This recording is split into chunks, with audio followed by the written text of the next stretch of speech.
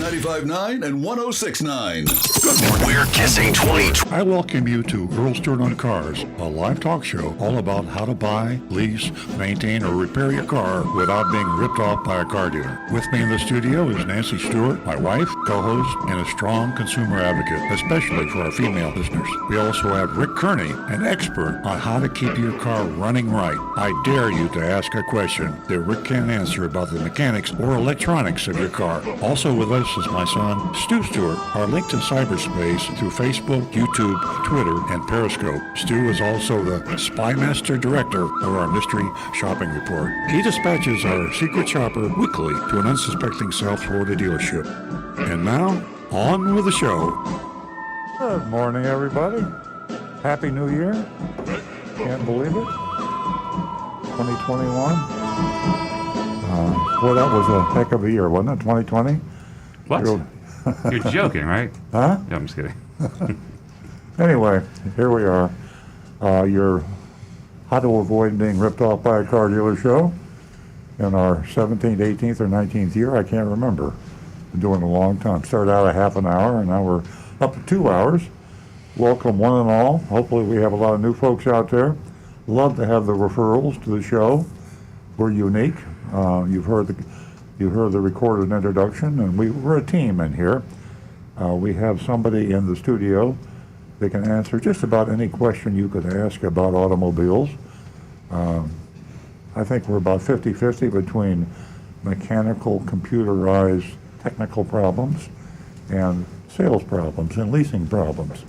I guess the one thing we have in common is all about problems. If you didn't have problems with your car, we wouldn't be here. And we're so proud to be here in 2021. And we look forward to a much better year. This thing has been trying on all of us. The COVID-19 issue has been weighing on everybody's mind. And it weighs on your car ownership. It's had amazing impact on the auto industry, the manufacturers, wholesale, we call them, and the retail, that's the car dealers. I'm one of them, by the way, and total transparency, you need to know that I've been a car dealer for over 50 years, and I still am. So I say that because I don't want to be accused of having an infomercial. You've seen those all over. Some of them are real sneaky. You turn them on television a lot. You know, even have video clips on YouTube, and they have radio infomercials. This is not one. This is we don't get paid. I don't pay somebody to do this show. I do this not to sell automobiles, but to help you buy automobiles from anybody you want to. I am a Toyota dealer. I have a Toyota dealership. Toyota only has about 15% of the market. I say only, that's a pretty big chunk. But there's 85% of you out there that don't want to buy a Toyota, and there's some cars out there that are better than Toyotas. Some out there that are worse than Toyotas. It's a competitive market. That's good for you. Competition is your friend. And that's one of the things we'll focus on today, probably, is how you can use competition against your car dealer. I'm a good example. I'm a car dealer. I'm extremely competitive, and I have that self-awareness. And it can be good, it can be bad. You use it to your good against car dealers by getting competitive information on repair prices, on maintenance prices, leasing, buying. There's a huge swing when you buy a car. Right now, as we speak, somewhere in the country, someone's buying a car and they're paying probably thousands of dollars. I don't say probably, literally. People are paying thousands of dollars more than they would have to pay were they aware. Had they done their homework, had they listened to the show, had they heard some of your advice, because your calls are one of the most important things for the show. Before I get on with my rant, I'll try to get off my rant, I want to tell you how you can call us. It's 877-960-9960. That's our call-in number that we've had since the get-go here. I'm going to say 20 years, heck. I need to look it up so instead of me rambling about that. 877, okay, 960-9960. Love to have you call us because we learn from you. I'm not trying to flatter you. I mean, we also hear some things that I know, but every now and then I hear something, I can't believe this. We benefit from your calls. And then your constructive criticism, or unconstructive as it be, is welcome too. We have a special number for that. It's not a number, it's a website. If you want to attack me, or attack Rick, or Stu, or Nancy, if you want to say something that you prefer not to be public about, we have an anonymous line. Very few, I know of no other radio show that does this. Television, I don't know anybody that does this. YourAnonymousFeedback.com. That's right. You go to that website, YourAnonymousFeedback.com, and it comes through a CIA cleansing agency that purges your name and any reference to your identity. Yeah, it's really kind of cool. And the message comes through to us so that we can hear that and not know where it came from. And the interesting thing about YourAnonymousFeedback.com is that we get far, far more really intelligent, constructive questions, comments, criticisms than just about any other source. I'm not sure why that is. Anyway, and we have a text line. I don't want to overwhelm you, but I want to make the point that we truly want to hear from you. We need to hear from you. Our text number, 772-497-6530. You know, when we started out, we didn't even have a text number. And as technology, I mean, remember, 20 years. I mean, that was just after the birth of the internet. So 772-497-6530 is our old-fashioned text number. 772-497-6530. So please, we really implore you to take advantage of that. If you're driving, of course, you can only use the telephone, use your Bluetooth, don't use hands-free, don't take any chances. But please call us and let us know what you think, or any questions especially. Let me go to my left here, and I have Nancy Stewart, my co-host, and I say that because she was an original, a part of the team many years ago. We were on a little station called Seaview Radio. It was the same studio, or the same building. We're in a different room, actually. But 20 years ago, and we had a half-an-hour show. And it was just Nancy and me, and a half an hour. And we didn't get very many calls. And we did a lot of yakking because we couldn't get calls. And suddenly they started to come in, and the rest is history. She's also a female advocate. Some people don't like that. Some people don't appreciate the fact that 50% of the world are females. You know, and they buy probably at least 50% of the product. And I think in some countries, I think the USA is one of them, they actually have more than 50% of the wealth. So very, very important segment of our society. And so Nancy Stewart is a strong advocate for female rights. And she is going to tell you something very interesting about females out there that may be a little timid about calling the show. Tell them about that, Nancy. First, I'll say that that was pretty accurate numbers that you just stated. Yeah. Good morning, ladies and gentlemen. As Earl said, I have something pretty important for the ladies this morning, and that's $50 for the first two new lady callers. Give us a call. Questions, comments, anything about your, last transaction or maybe service, anything, give us a call. And that is 877-960-9960. And for the rest of you, you can text us at 772-497-6530. And don't forget, take advantage of YourAnonymousFeedback.com.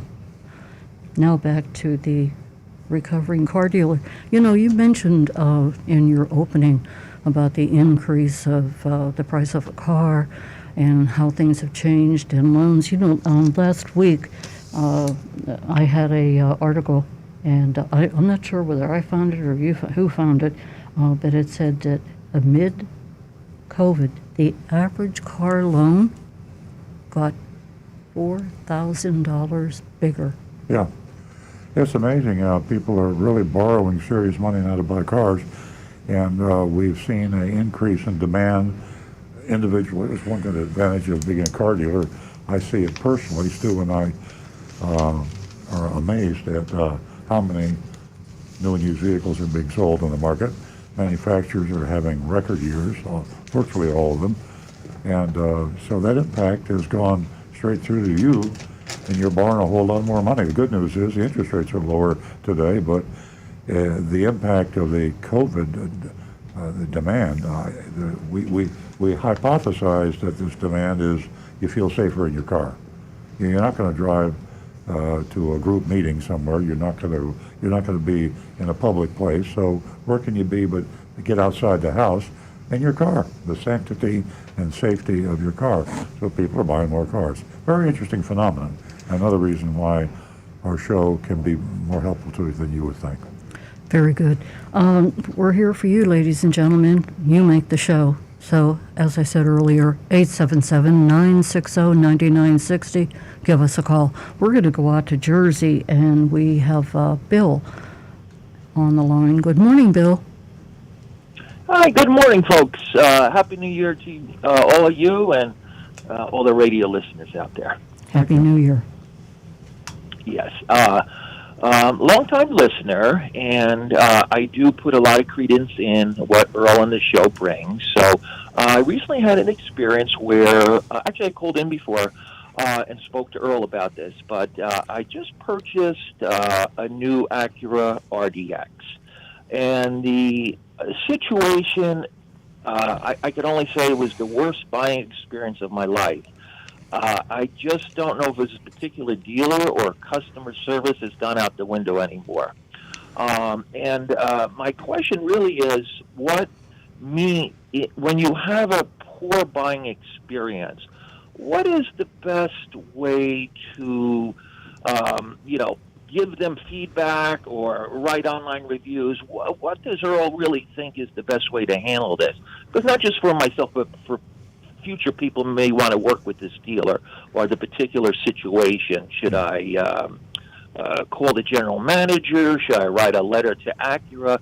But it was really an unpleasant situation. It got into a screaming match with them and my wife, and I feel everything about the deal was not pleasant. And normally I would have walked away, but they had the particular car. I did my homework.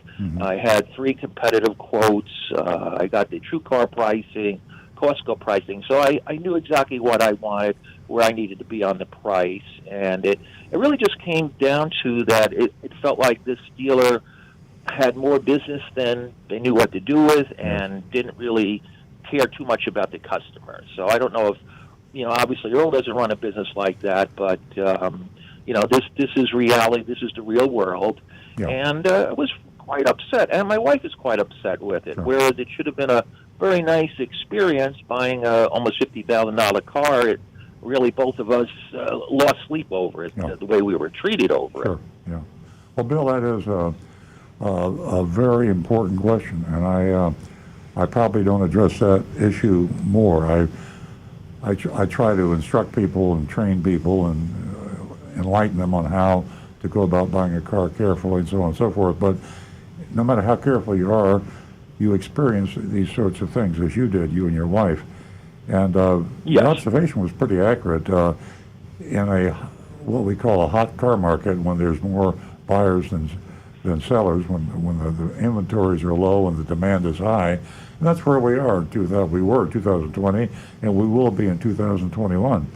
It's just the car dealer doesn't need you as much, because if he doesn't sell you a car, somebody's going to come in right behind you who he will sell that car to, and he knew that Acura was one that you wanted, and they were scarce, and he just didn't care about being courteous. I mean, it defies common sense and logic, but that's the way a lot of car dealers feel. To answer your question is, what do you do when it happens? And you mentioned a couple of things, general manager. In order of reverse order of priority, I'll give you the fail-safe method at the end of the list, but the first thing you should do is go to the general manager you should talk to the guy that runs the dealership. Sometimes it's the owner. Be careful of fake titles because everybody in a car dealership has a management title, it seems like. But you want to go to the source, the owner, the general manager, the person that really runs the store. If you could get through to him, I would say 90% of the time you can resolve an issue. That person is more understanding of the overall importance of customer satisfaction.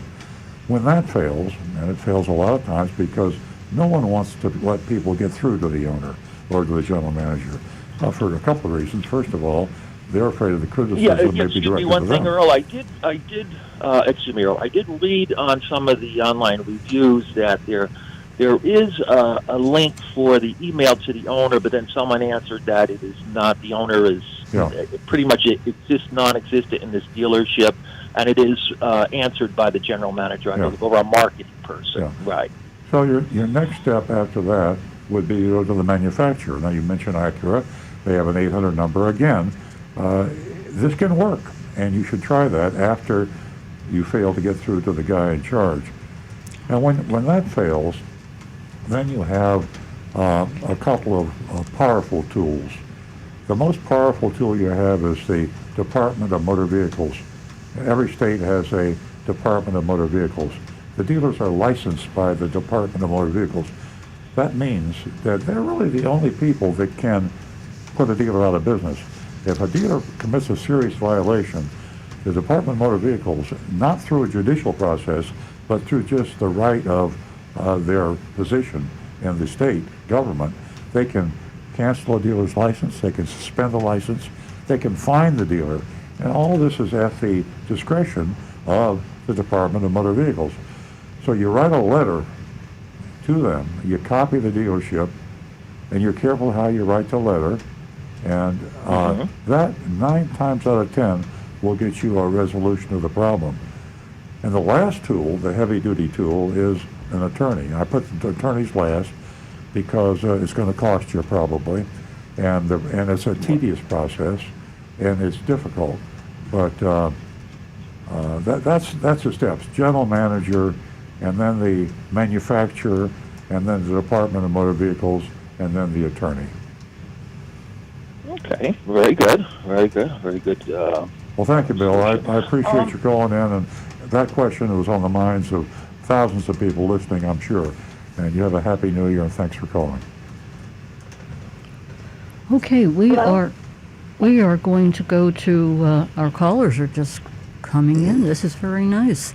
Ladies and gentlemen, that telephone number again is 877-960-9960. And don't forget, ladies, this morning I mentioned to you to give us a call because we have $50 for the first 2 new lady callers. And if you have a shopping experience or a servicing experience, could give us a call and share it with us. We are going to go to a first-time caller. She's from Jupiter, and her name is Joyce. Good morning, Joyce. Hi, Joyce. You out there? Did we lose Joyce? Sounds like it. Hey, Joyce, if you're listening, give us a call back, 877-960-9960. Now back to the recovering car dealer. Okay, folks, don't forget about Rick Kearney sitting on my right, and I say that because he is someone that can answer any mechanical, computerized question that you may have. And we've talked about COVID affecting our lives. One of the ways that COVID affects our lives, a lot of folks just don't want to come into a car dealership to get their car fixed, and or service especially. And so Rick can tell you what's important and what's not important.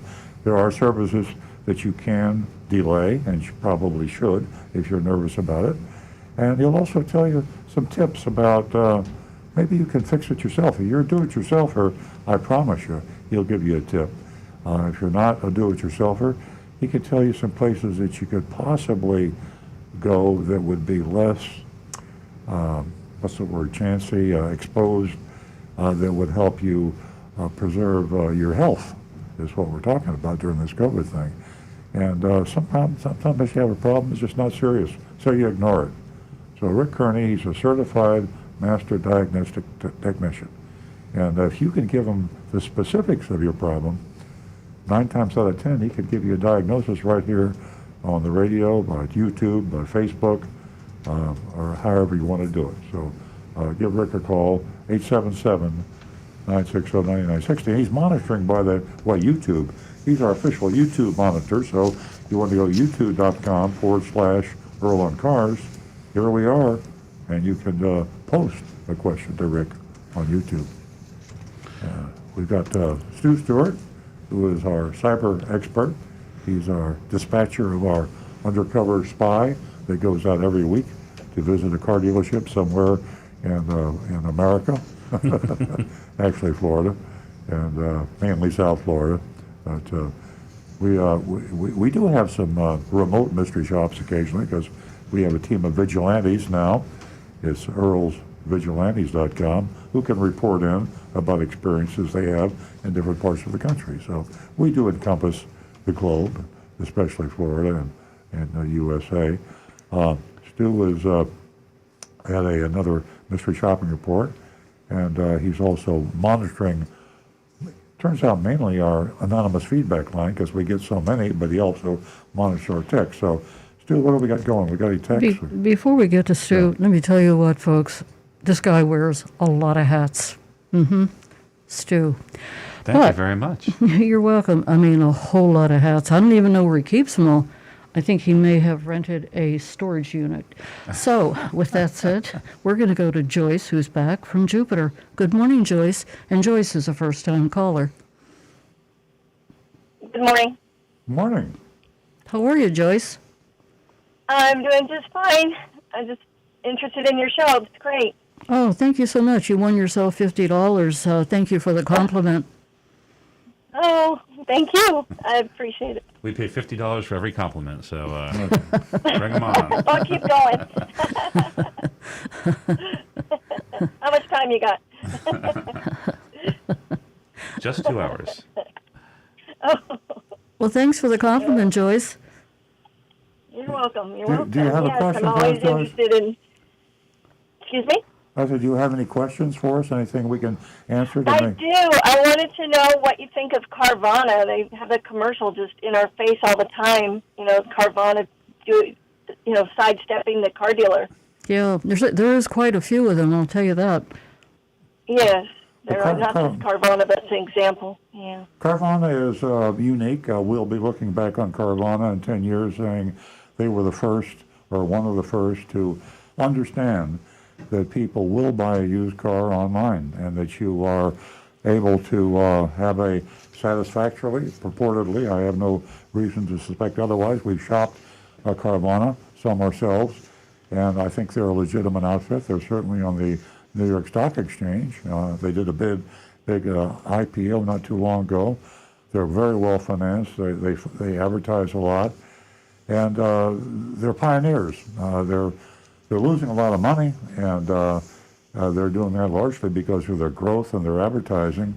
But they should becoming close to profitability. I know all the stockholders hope that will be the case.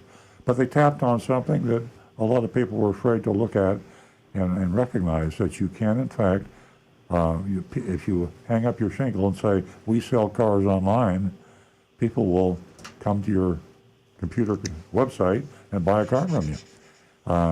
They kind of glossed it over with their car dispenser, the large 20-story or whatever it is, car dispenser The giant vending machine. Yeah, vending which is pretty machine. cool. You gotta get them there. Yeah. But it's worth trying.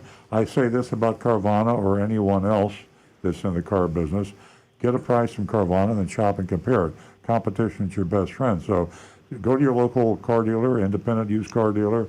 Remember, Carvana does not sell new cars, only used cars.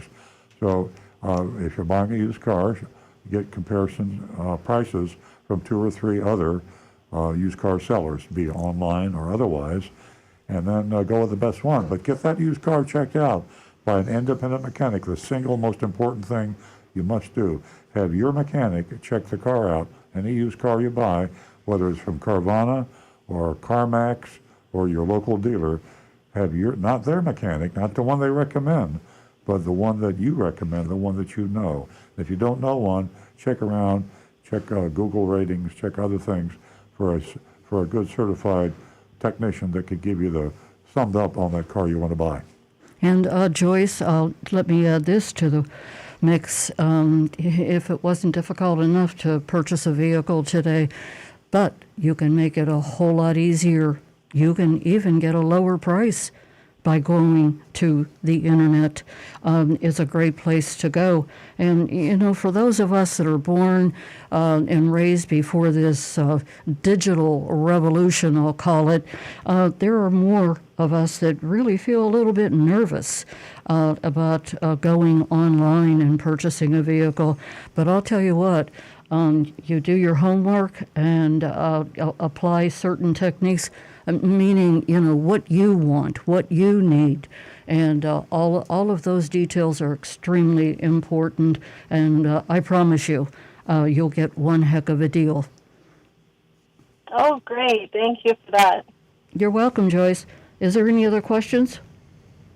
No, that's been the top of my priority. I can't buy new right now, but you know, I like all the competition.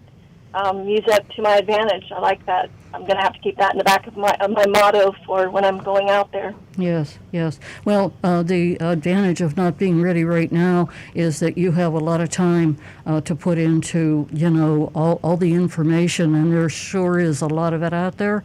And remember, knowledge is power. Joyce, thank you so much for calling. You may not realize this, but you're a big part of helping me to build this platform for ladies. And I'll tell you what, we're doing a heck of a job. And it's a new day. There are more ladies calling now than ever before. So I hope to hear from you again and spread the word and enjoy your $50. Oh, thank you so much. All right. Look forward to talking and listening to your show again. Thank you.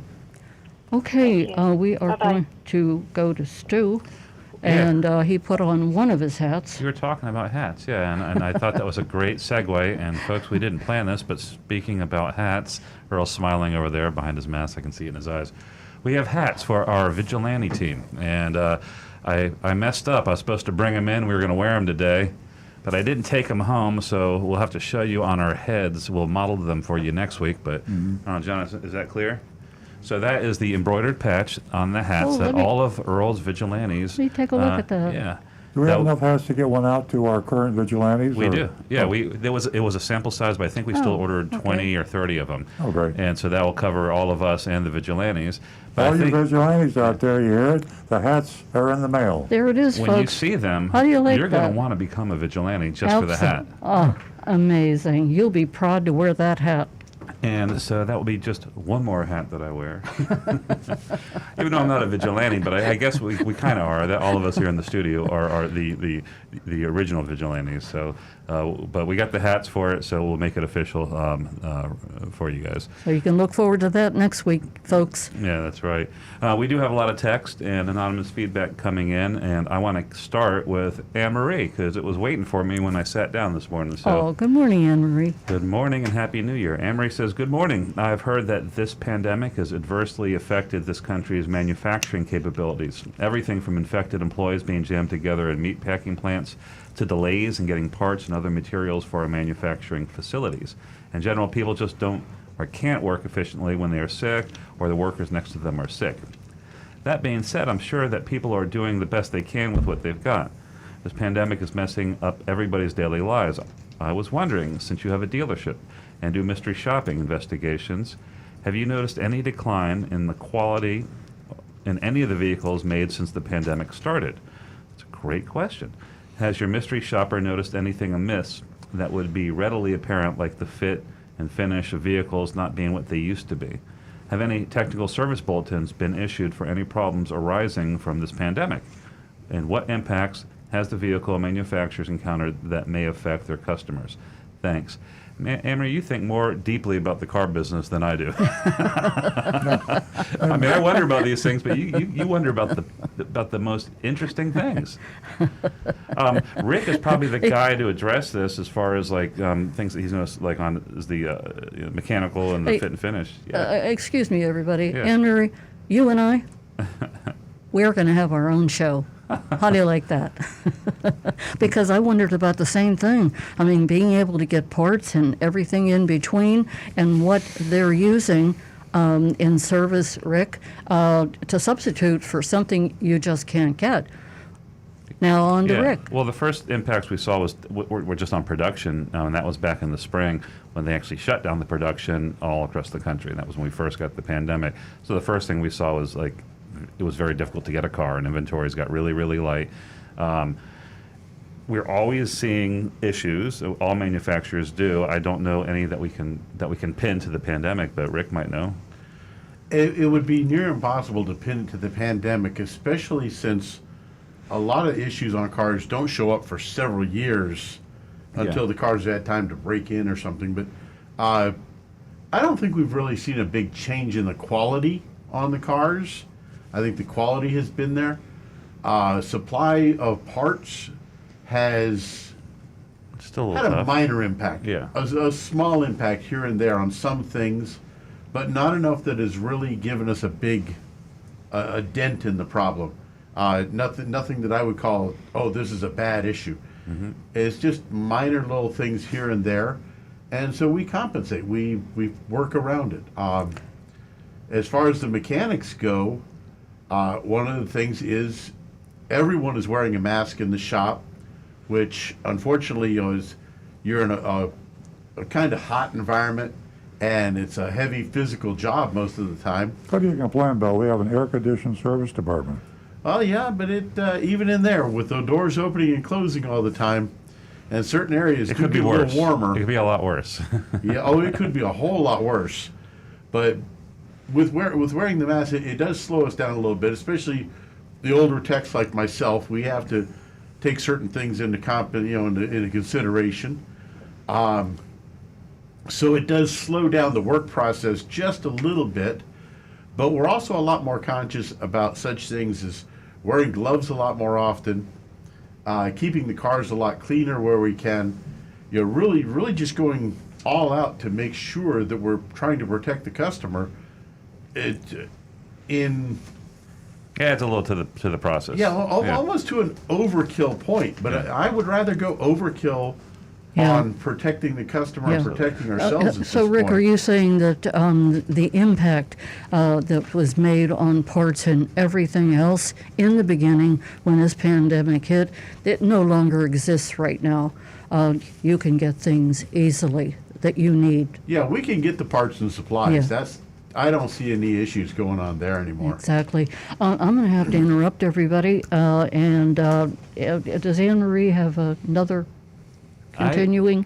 She can text us if we didn't cover everything, but I think we answered it. Yeah. Okay, thanks, Anne Marie. We're going to go to John, who has been patiently holding, and he's a regular caller from Palm City. Happy New Year, John. And Happy welcome. New Year to everyone. I want to thank Earl and Nancy for not only being there, but I can't remember when they missed the show.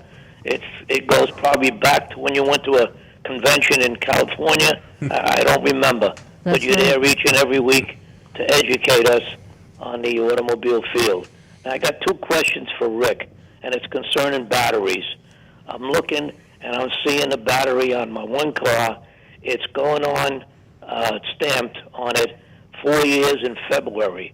And I know I have AAA, I have the insurance company, call 800 number, but I want to replace it automatically before there's any problem. Is that usually the life in South Florida, 3.5 to 4 years of a car battery today? 4 years in South Florida, it's starting to get up there in age. What I'd recommend really is stop in at one of the local auto parts stores and just ask them to do a battery test on it. They have some very small machines that are extremely accurate in determining how much lifespan your battery has left, and most of the time they'll do it for free. Okay, what I want to ask you also, I'm a stiffler in doing things myself, and I like to do the consumer's reports to get the best battery for that particular car. But when I take it out, all the computers have to reset. Is there any instrument or anything that I could either borrow or buy that stops the computers from being reset, that I don't have to worry about that they refrain, the clock, and everything continues? What do you recommend on that? Yes, they do make, you can probably find these on Amazon or just about anywhere. It's a simple little battery backup device that plugs into the cigarette lighter. And you'll need to, for your particular model of car, you'll need to find out whether you need to have the key on or not. And basically what it does is it keeps the memory alive while you disconnect the battery, swap it over, and then reconnect your new battery. And it will keep all the power, everything powered, and for the few minutes that it takes, and it will keep that memory alive so you won't lose any of it. Okay, my mechanic calls me squeaky clean. The terminals on mine, I regularly inspect them, and I buy a spray in the auto store. It's like a coating. You could do it yourself probably with Vaseline. Absolutely. But I want to ask you, in the auto store I also saw that they make a felt washer that goes underneath the positive. One is green, one is red. Would you recommend something like that to stop the corrosion forming on the battery terminals? Those things cost pennies, really, in the true cost of the world. I can't really tell you that they help, but they sure can't hurt. Okay, that's what I want to know. I figure they're cheap enough, and it's very soft, so it's easy to install, and it's easy to put because it's a red for positive and a green for negative. Yep.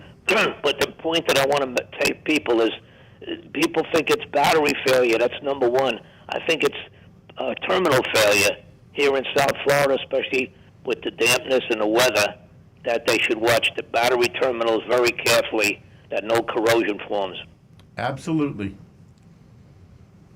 Well, thank you guys, and thank you for being here. Oh, you're welcome. Thank you, John. You're welcome, John.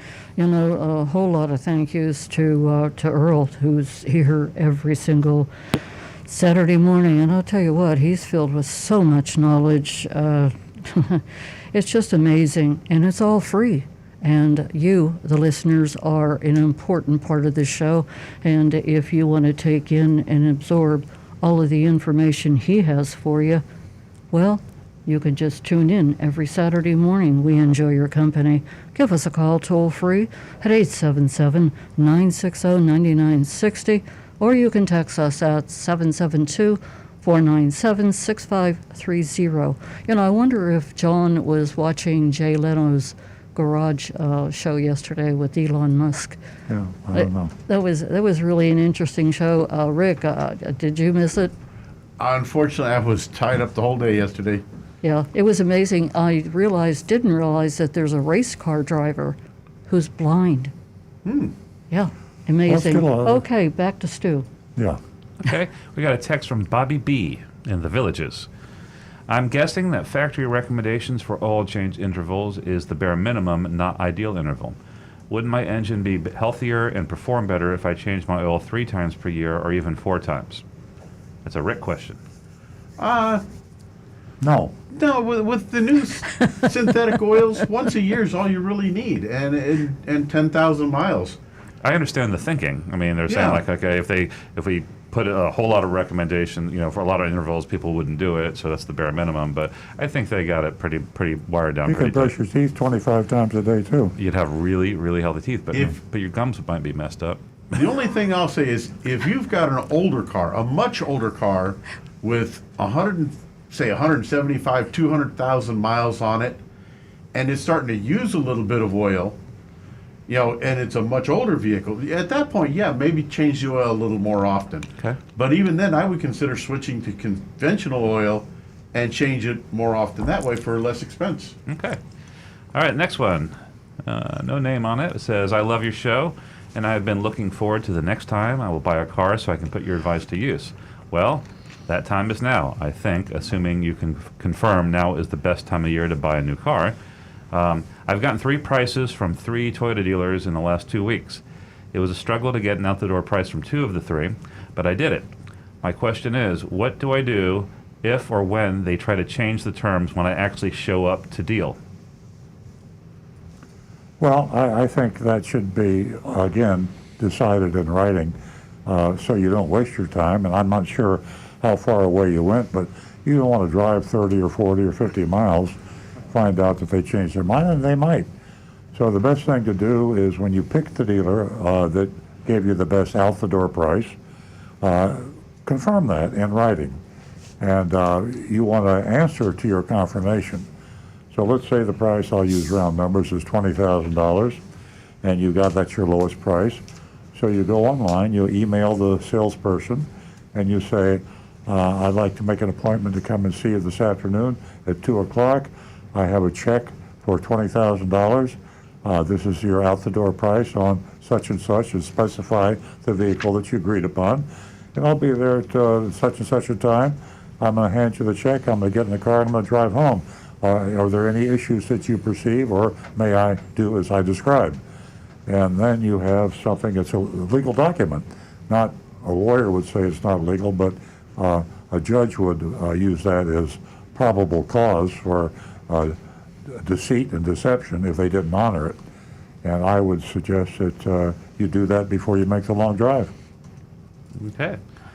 All right, the next one. This is from an anonymous feedback, and it's from, well, he gave his name, so that's okay. Alan is no longer anonymous, but he says, really enjoy car buying advice. Plan on buying a Toyota, Camry, or Avalon once the virus is under control. Question, I'm keeping my old Nissan Altima, no trade. I'll use Chase Bank to finance the car, 3-year loan, 10% down payment. So no trade, no dealer financing. Will I be able to avoid the hard sell in the F&I office? No. It depends on where you go. Yeah, you can avoid a hard sell anywhere if you have the fortitude and the personality to be able to do so. It takes an aggressive, secure, I don't know what the word is, commanding personality, and then you don't have anything to worry about. Unfortunately, most of us aren't like that, and car dealers are very smart, and the salespeople are very well trained, and in a successful dealership, they're experts at what they do. And in the finance department, the finance managers, they often call themselves business managers, are extremely talented. And that's what they do, day in, day out. A lot of hours, too. Car business, retail car dealers are open 7 days a week. So you got to remember, you're walking in there, you're an amateur, and you're dealing with a professional.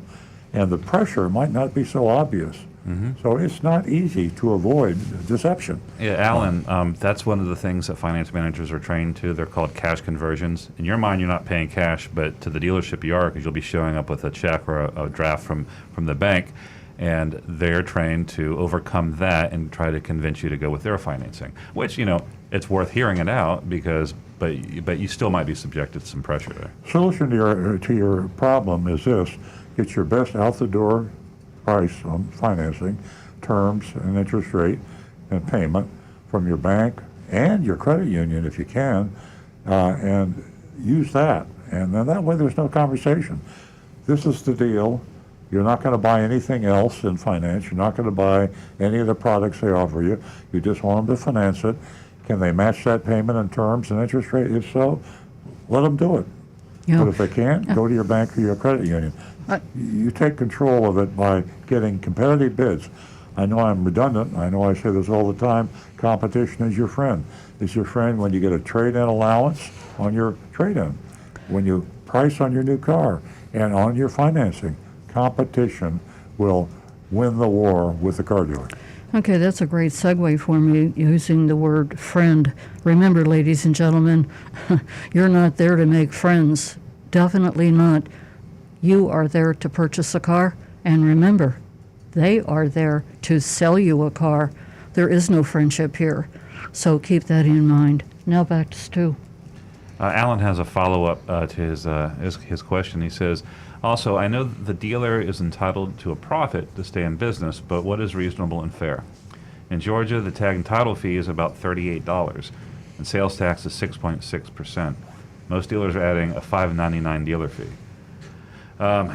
You're overthinking it. Yeah. And the dealer is entitled to make a profit.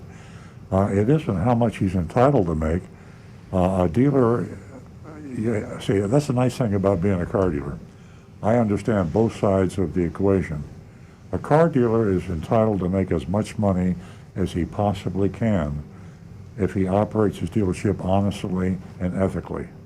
And Apple makes a huge amount of money.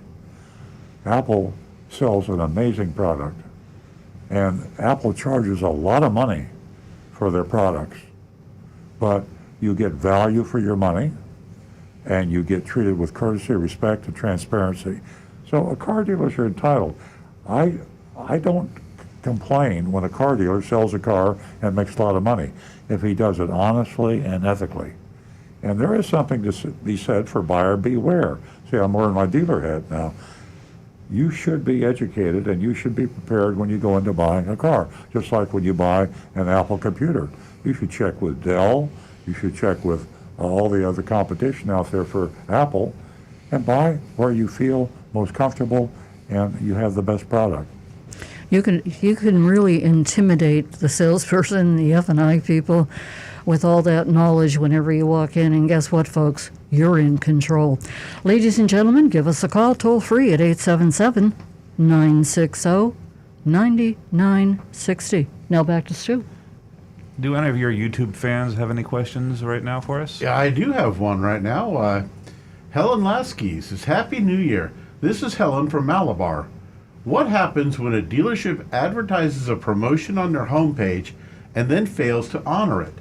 They advertised a free year of maintenance on the purchase of a new Honda, which I fulfilled. I purchased. They said I was not entitled to it because I got another promotion on a flyer I received in the mail. Pointed out that there was no wording about stacking two promotions. What recourse do I have? Well, I would go the way I talked to Bill earlier in the show. I would go to the general manager of the dealership, the owner, the person in charge. If that didn't work, I would report that dealer to the manufacturer, assuming he's a new car dealer.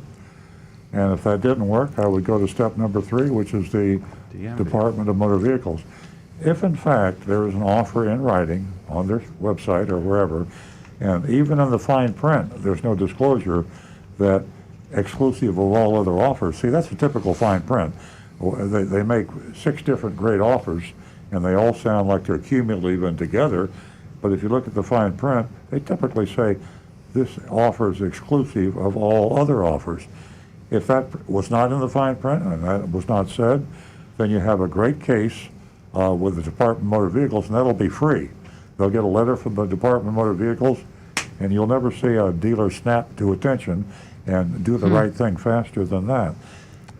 If for some reason that doesn't work, it's a slam dunk with a lawyer.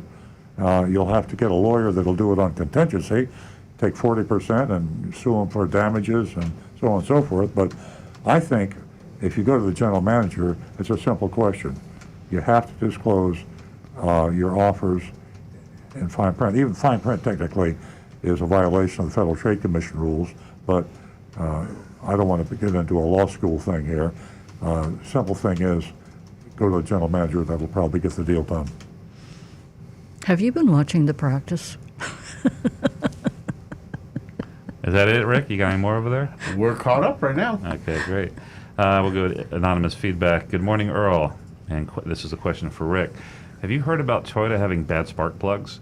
I've heard through various garages that fake Denso spark plugs have made their way to Toyota dealership parts departments. Ooh, I have not heard of this, and nor have I experienced anything of it. I didn't understand the...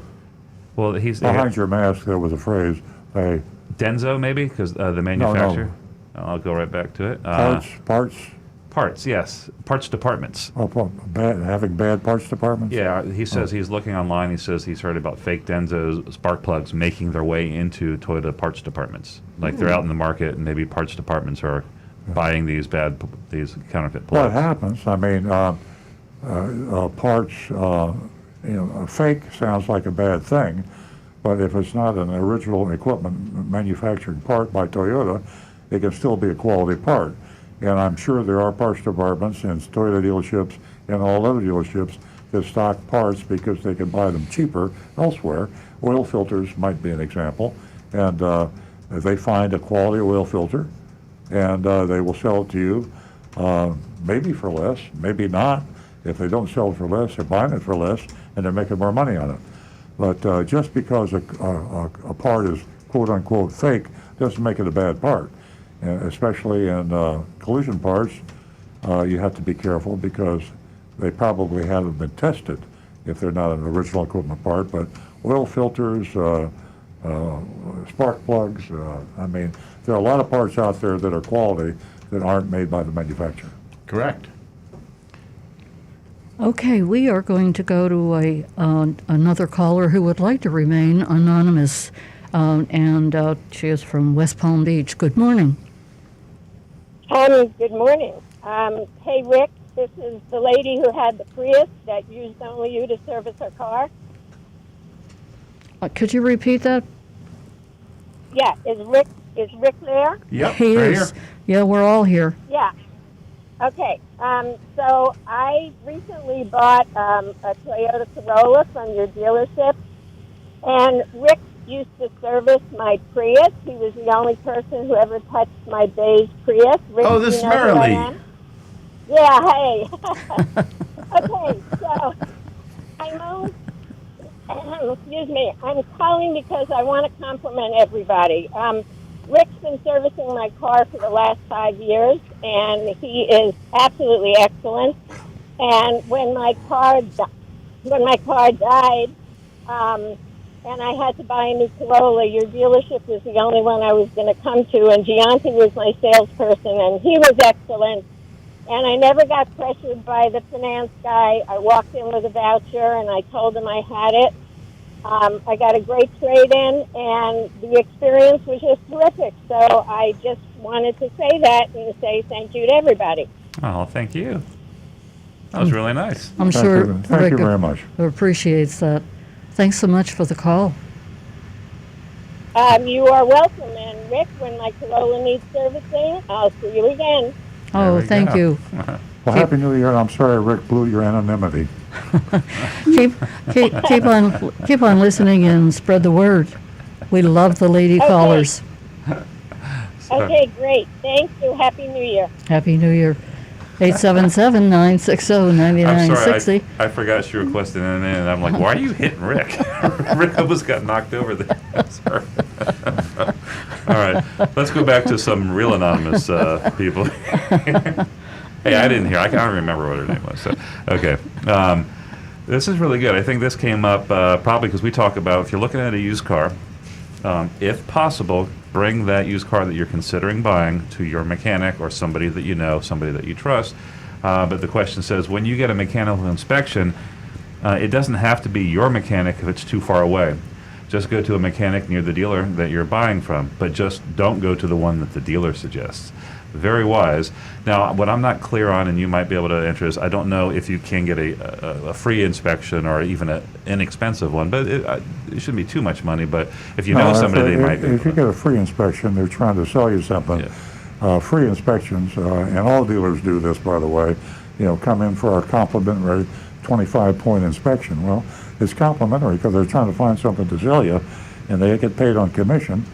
And you give a hungry mechanic that's paid on commission 25 minutes to look at 25 things on your car, he's going to find 20 things that need fixed. So what you should do is pay for it. That way you're being fair with him and he's being fair with you, hopefully. And you say, look, I don't mind paying you $125, but I want a thorough check of my car. And if there's anything that requires adjustment or fixed before I buy it, please tell me. Mm-hmm. And that way it's a deal's a deal. And that you would consider them for any repairs that he did. Exactly. Don't promise, but say you'd consider. Exactly. Okay, more anonymous feedback. Rather than getting hosed from a buy here, pay here used car dealer, save up some money and buy a car on Facebook Marketplace and then take it to a mechanic for an inspection. Those buy here, pay here dealers are not up to snuff. Settle for a Corolla or a Yaris and don't go fancy. Well, I respectfully disagree with the well-intended comment, and I can understand. I know a lot of people are like that, that feel like you should not. There are people out there that are in conditions that they cannot save the money, and they're living hand to mouth, and especially today during COVID, a lot of unemployed people.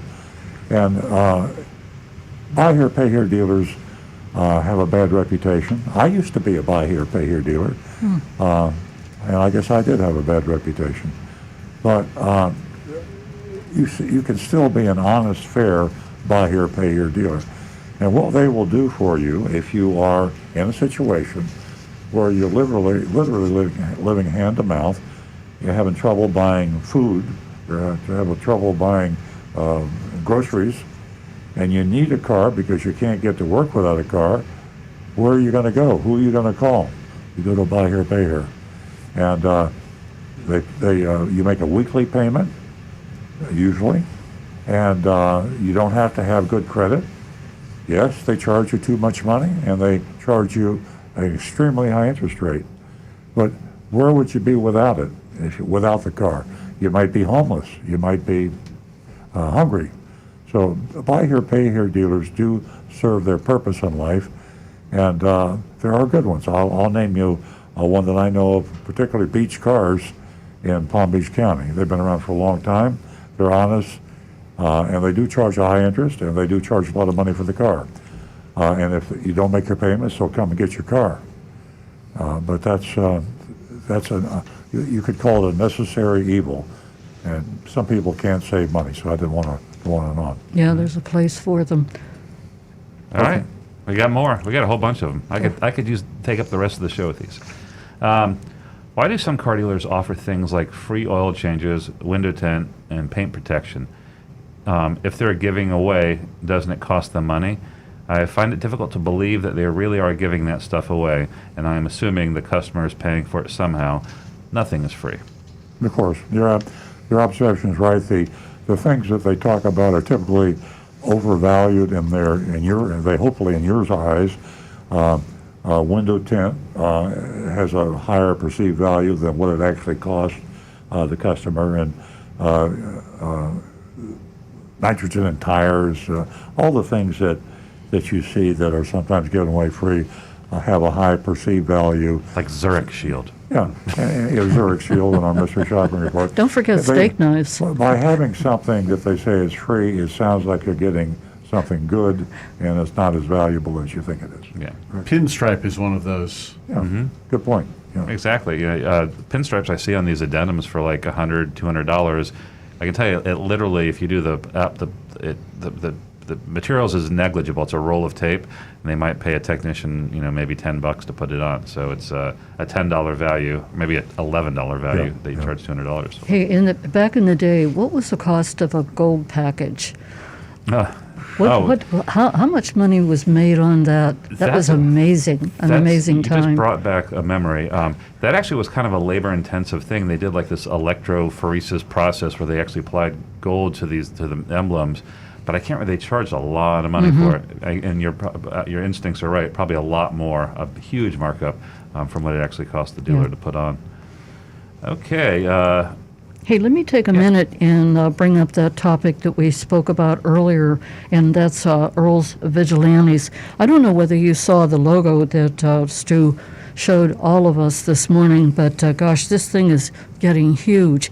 And we're going to have the logos, the T-shirts, we're going to have the hats, and you too can sign up for Earl's Vigilantes. Just simply go to www.earlsvigilantes.com. And if you consider yourself any type of, car person, or you want to, help out your community by signing up, we would love to hear from you.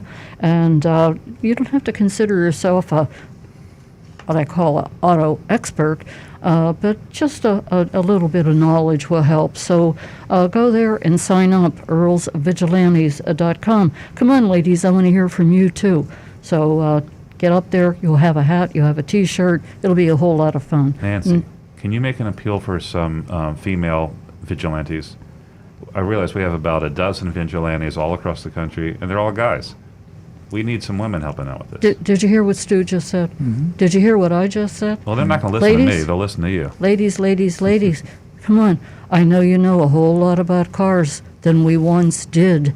Well, I'll use myself for an example. Back in the days, back in the 50s, and I think we're well, for a lack of another word, we're experts, and you can really help out your community, and you can help out so many ladies, and you can get yourself a T-shirt, a hat,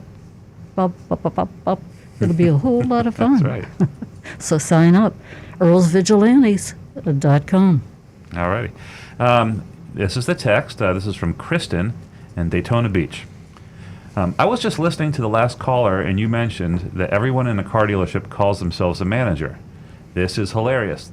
Last time I bought a new car, I went through the internet department and was supposedly buying from the quote-unquote internet manager. But every time I asked for something, like a small reduction in payment and complimentary carpet mats, the quote-unquote internet manager had to keep checking with quote-unquote my manager. And that's from Kristen.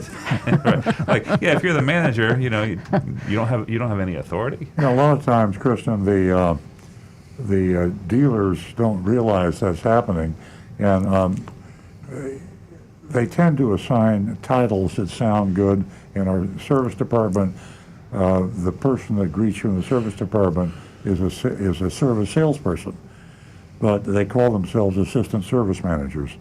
So in my dealership, we have 14, 12 Yeah, 12. assistant service managers. Well, we don't call them that there. Well, but they call themselves that, and they think I don't know it, but they do it anyway. And so everybody is kind of in the hands. But you go into a bank, everybo's a vice president, and you see the guy with the uniform sweeping the floor. He's vice president of maintenance. And so, that's a really good point. Yeah, And also, whenever you're out buying a car and you're trying to negotiate a price and so on and so forth, hold on, I have to go talk to the manager. Da, da, da, da. So it's not easy. And one thing you might do is try the organization chart, if you can get that. If you could go online, you can go do About Us on the website. You have to do some research because it's awfully hard to find the real boss. And another reason for that, not to beat a dead horse here, but the employees don't always want you to talk to their boss. And if there's a little hanky-panky going on, and they're kind of stretching the truth a little bit, and the boss wouldn't like that, they're going to be the boss. So it's a challenge, especially at car dealerships, to find out the real boss. One great thing that I recommend when you go into any car dealership, before you start doing anything, ask about the organization. Who's your boss? You ask the salesman. Good idea. And I'd like to meet your boss. Well, if he's going to say he's the boss, it's going to, everybody's got a boss, right? So you meet the boss. Now you can talk to that, and you can say, who do you report to? May I have another little trick? And I know I'm going on here, but you get a cell number of the salesperson, a cell number of his boss, and get as many cell numbers as you can. Because if you've got the cell phone number, they know that they can't hide from you. Yeah. You're going to get through them sooner or later. Get the cell phone number of as many managers in the dealership as you can. Yeah, do it when things are good before things go south, and exactly. when they're not afraid to give it out. Yeah. Don't give them my number now. Get them before they start lying. Yeah. They walk in, they say, "Welcome into ABC Ford." You say, Give me your "May cell I phone have number." your cell phone number, please?" Well, I'll tell you how many people Now, who's your boss? how many people I've talked to, and I said, "Do you have their cell number? Do you know their name?" They're going to ask you for your cell number. I mean, and that is gold. If I'm in a business and someone refuses to give me their cell phone number, why would I give them my cell phone number? So there you go. Yeah. That's what I say to these crazy callers that call us at night. Okay, we are going to go to Boynton Depends on the Beach. business, though. McDonald's, they're not going to give you their cell phone number. We're going to go and quit giving out mine. Oh, maybe they would. I'm going to try it. Next time I go to McDonald's, I'm going to say, "Here's my I cell want a phone number." Whopper and give me your cell phone number. No, you say, "Here's my cell phone number, and may I have yours?" Oh, damn it, I want to go to They're going to call the God's. police on you. I'll be This there. happened before. Rick's I'll get leaving. you out. That happened at Burger King. Remember that? I was traumatized. Okay, we're getting in the weeds here. Hey, we got to go to Steve, who's holding, and Frank, please hold on. Steve's calling us from Boynton Beach. Good morning, Steve. Good morning, this is Roadrunner Steve. Happy New Year, everybody. How you doing, Steve? Good. I got two questions. This one is about Carvana, whatever you want to call it. Carvana. I mean, why would people buy there, put a chip in a machine and buy a car? That's like buying a candy bar. You never know what you're going to get. Well, that's a good point. A serious answer, it's more for show. That's not the way they really sell cars. They spent a lot of money on that because they had a lot of money on an IPO, and I think there's only one of them, and they use that in all their images and logos and marketing, but that's not the way you really buy a car from Carvana. Well, do you get to take it for a test drive or anything like that? Yes, they will take it to your home. You can go online and you can consummate the transaction.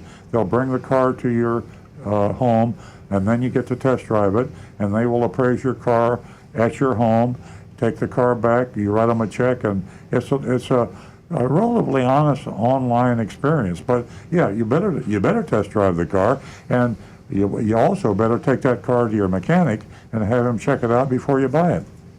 True. Now, my friend is going to buy a new car, and I'm telling him, you don't have to pay dealer's fees. You don't have to pay all these fees. He's telling me you have to pay them. Can you go through the list? Is your friend I a know dealer? you say it 100 times. What I should not pay at a dealer.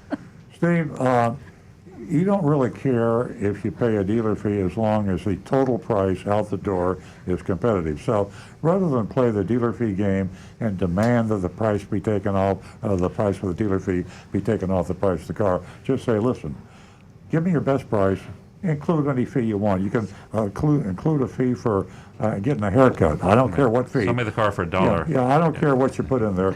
Give me your bottom line out the door price, because I'm going next door to your competition, and I'm going to show them your price. And if they have a better price, I'm going to buy from him. So knock yourself out, put your fees in there. I just want an out the door price. And that's better than arguing about the dealer fee. He'll have an answer. He'll say, all the dealers charge dealer fees, blah, blah, blah, blah. And then you're in an argument. Just get the out the door price and shop it with his competition. But I don't look at it as an argument. I look at it as a negotiation. Well, if you like to negotiate, that's fine. Some people do. That's old-fashioned. I mean, I don't want to insult you because I'm old-fashioned. No, I'm too old to be insulted. Yeah.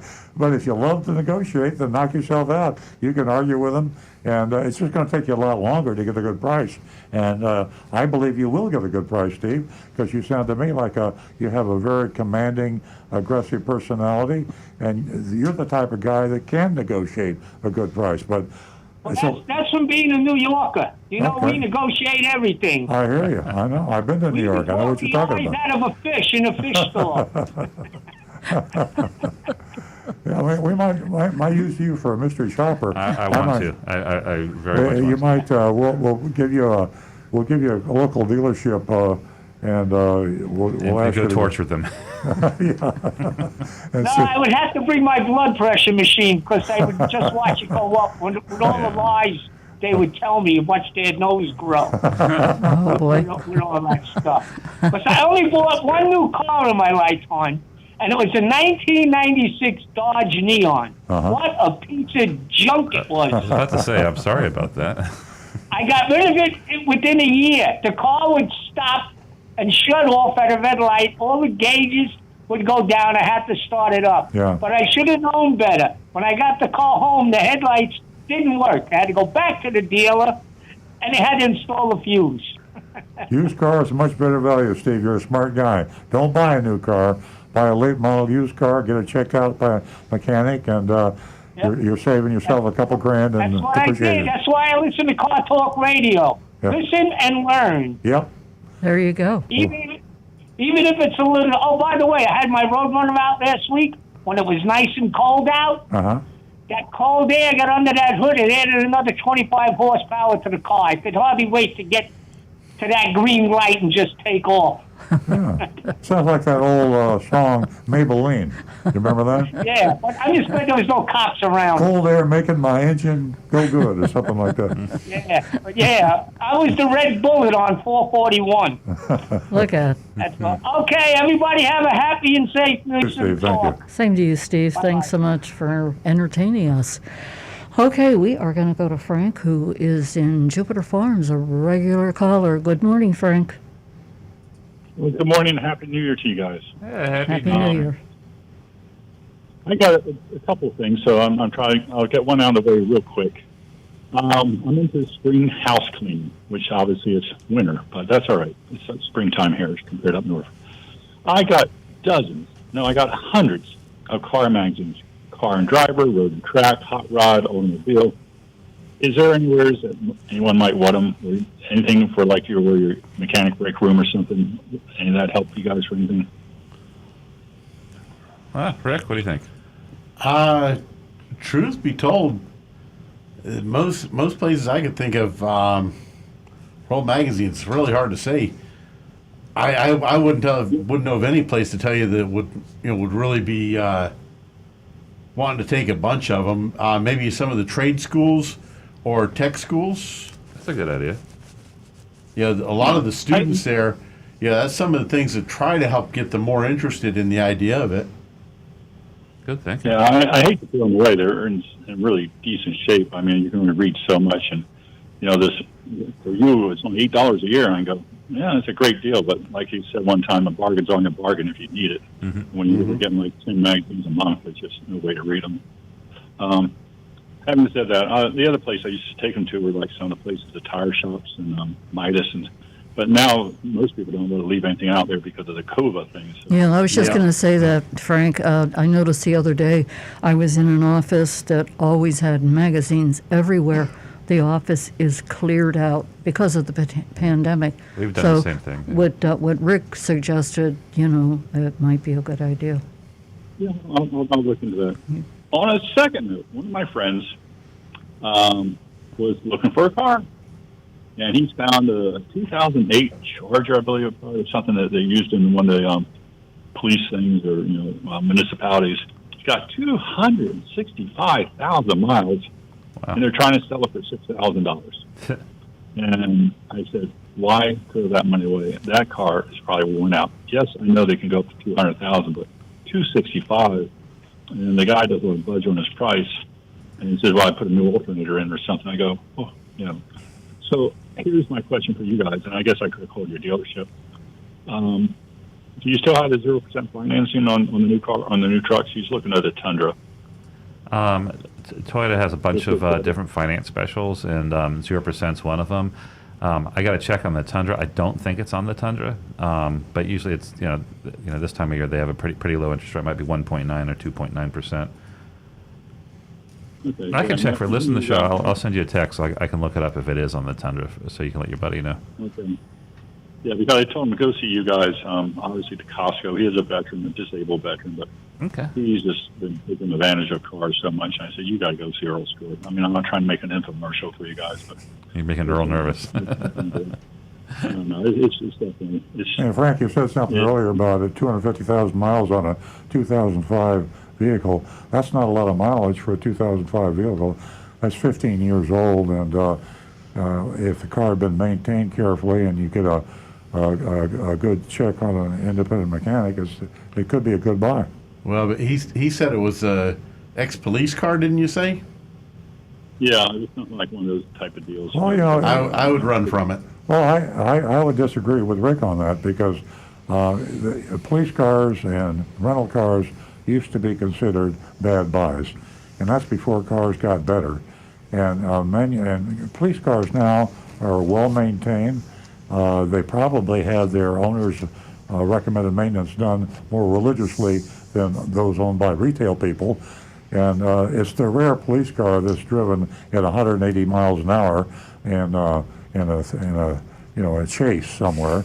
That's a myth. If you're picturing Starsky and Hutch, then maybe back off. I mean, the car's probably been at Dunkin' Donuts more than it has like North Palm Beach 95. So, police cars, taxis, rental cars. Earl's Lexus are actually good buys. Buy a cop car over his Lexus. Matter of fact, I recommend those type of vehicles oftentimes over by an individual retail buyer. The average individual retail buyer of a used car is less responsible in maintenance than commercial cars are, because the commercial car has got an investment in that, and they want to make those cars last longer and longer. We have a rental car company in our dealership, and we take really good care of those vehicles, really good care, because we want them to last, because it's commercial incentive to us. Yep. Real quick, Frank, let your buddy know that they do have 2.9% up to 60 months. Okay, and I told him to go to Costco because that way he doesn't have to worry about, arguing and like, not that you guys do that anyway, but. Costco's the way to go. Great. You made me think about one quick little corny joke I used to see in the old days when you were talking about the cops being the donut shops. It was a bumper sticker that said, "Bad cop, no donut." Thanks, Frank. Anyway, well, thank you. You guys have a great day, and I'll send him your way. His name's Vern, but he'll mention my name, I'm sure. Happy New Year, Frank. Thanks. Thanks for. I hope I didn't offend a lot of policemen out there. I was worried about that. I'm like, Thanks for tuning in, Frank. I love Dunkin' Donuts. There's nothing wrong with having if there wasn't any like health or weight restrictions, I would eat donuts all the time too. Yeah. Hey, let me tell you what, you can't even get into Dunkin' Donuts up in Jupiter, just north of us. Ladies, I'm right here, and I'm waiting for you to give me a call. I have $50 for you. Please give me a call.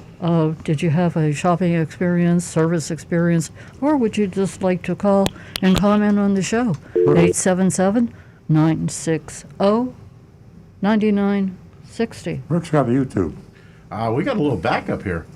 Rico West is asking, I'm interested in a new Highlander. Do Toyota dealers have a corporate long-term test/rental program available? No. I've never heard of such a thing, actually. No. Okay, and G. Quee is George from Orlando. He says, I'm looking at a used RAV4. My local dealer would only allow the mechanic I hired to inspect the vehicle for 20 minutes and was not allowed to put it on a lift. The mechanic said he couldn't possibly inspect it correctly in only 20 minutes and not on a lift. You must stand 20 feet back from the vehicle when you inspect it. But he still charged me. I'm angry. What does Earl think?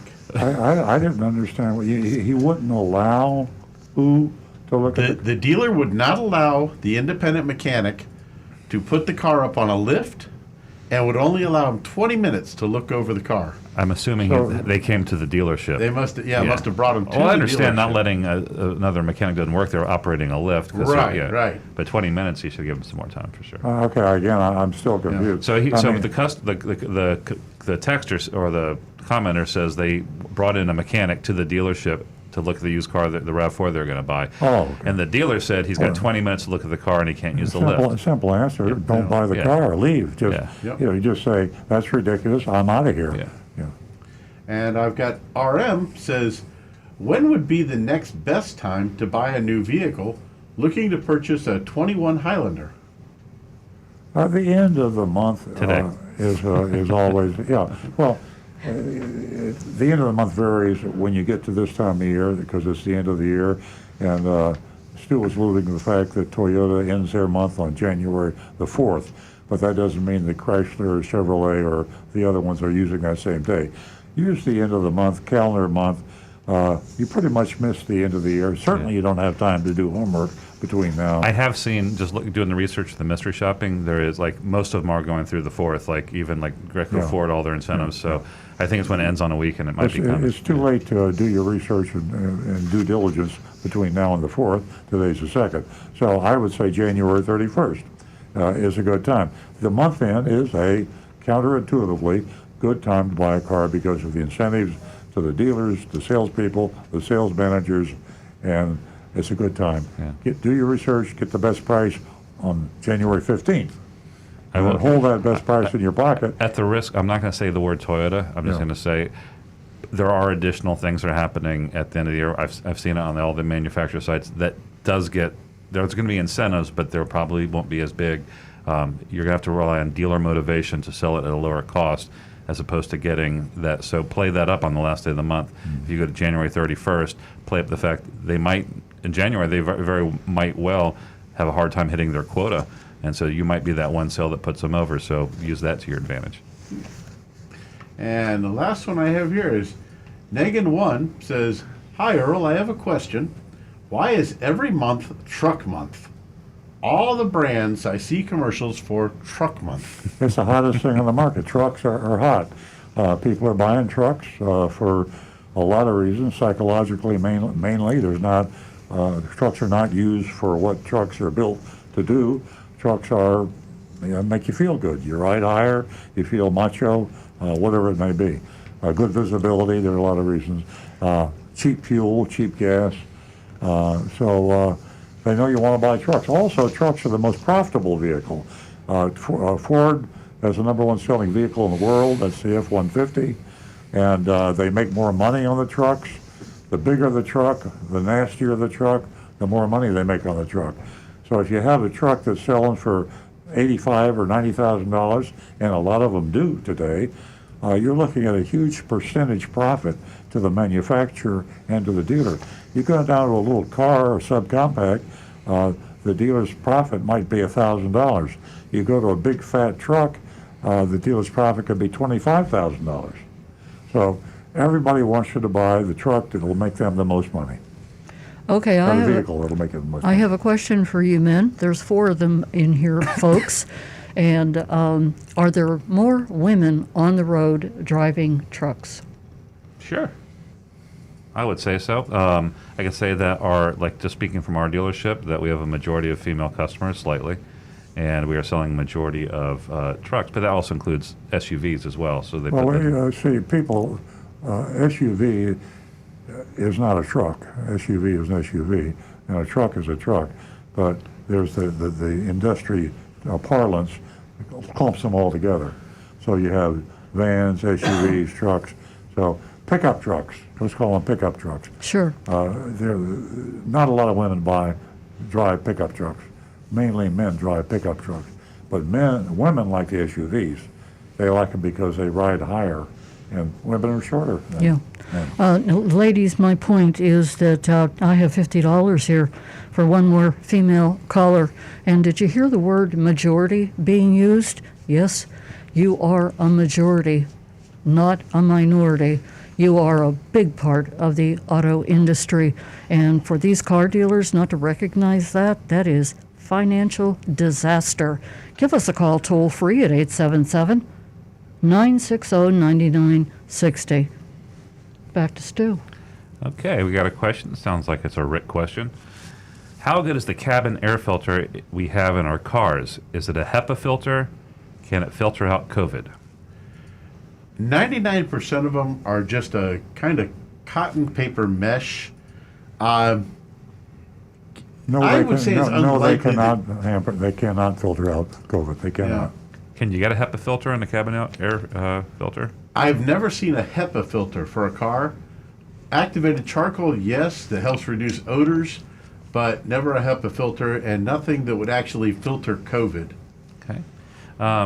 Here's a text, no name on it. It says, why do dealers limit the number of coupons you can use for service? I brought 3 coupons in to the dealership for service, and the advisor said I can only use 1. I asked to speak to the manager. He was very nice, and he let me use both. Why limit the coupons to 1 in the first place? Well, they do it because they can get away with it, and if they put it in the fine print, it's legal. Not really, according to the Federal Trade Commission, but nevertheless, they do it. Coupons are a way to get you in the door, and when you see a coupon, you come in with a coupon, and you only get the coupon. They're very unhappy with you because they want to sell you a bunch of other stuff. So coupons are a way to get you in the door. And let me back up again on the filters, the cabin filters, because everybody is COVID aware these days. When you're in an automobile, if you can have your fresh air on, that's the protection you want against COVID. If you're in a car with several people and they're not wearing masks, which usually people don't wear their mask in the car, you want to have your fresh air coming in, not recirculating your old air. So the cabin filter is not going to help you much in that area, but you do want to have the fresh air coming in from outside. Very good. Rick, how often should that filter be changed in the cabin? Most manufacturers that I've seen recommend every 30,000 miles. Okay, Thank you. And of course, if you live out in the acreage where you're on dusty, dirty roads, or if you're a heavy smoker, consider doing it a little bit more frequently. Thank you. Anonymous feedback. Why do car salesmen never stay at one car dealership for more than a few months? I actually encountered the same salesperson at 2 different dealerships while searching for my current vehicle. That's kind of unusual. You could write a book on that answer, but You have people that come to work because they need the job, and they don't realize how unethical and deceptive many car dealers are, and it finally gets to them. They have to greet customers, and they're told that they have an advertisement on television, online, wherever, and they're promising a price on a car that they will not honor. And they imagine you come to work for dealer A because you need a job. You used to be in insurance or real estate. Now you want to go to work for a car dealership because you need the job. And the first thing the sales manager tells you, we're advertising a Chevrolet, whatever, for $1,000 less than we can sell it for. So here's what you got to do. You got to sell them the nitrogen in the tires. You got to sell them the paint sealant. You got to add this dealer fee. How long would you want to work for that dealership? So a lot of the turnover is due to the fact that the average salesperson has got higher morals, integrity, and ethics than the salesperson, than the sales manager that hired him. Another reason is it's a lot of it's hard work to be a salesperson, even if you're honest. Car dealerships are open 7 days a week. The hours are grueling. You have to deal with the public, many people, and it's tough. It's a tough job. So it's when you find a car dealership that has low turnover and a lot of salespeople that have been there a long time, it says a lot for that car dealership, the way he treats his own people and his honesty and his integrity and things like that. It's a rough place to work. I feel guilty oftentimes when we do mystery shopping reports because we encounter salespeople that get a lot of the blame for the bad report, but in fact, they're kind of trapped. They need the job. They need the income, and they're following orders, and they're carrying out the directives of the dealership. Yeah, we see it week after week. I mean, especially the newer guys are pretty uncomfortable. That phenomena has a lot to do with what we did with our dealership because that's how I felt when I started selling cars, and it was a very uncomfortable thing to kind of have to explain some of the stuff that went on. Yeah. All right. Okay. Nancy's got a caller? Yeah. All right. I do. I'm really excited. Virginia, good morning. Yes, ma'am. From North Palm Beach. Welcome to the show. Oh, hi. How you doing? Great. Thank you for calling. You just won yourself $50. What can we do for you? Hey, that's a lot of groceries. Hey, that's good. Hey, now listen, I got a question for y'all.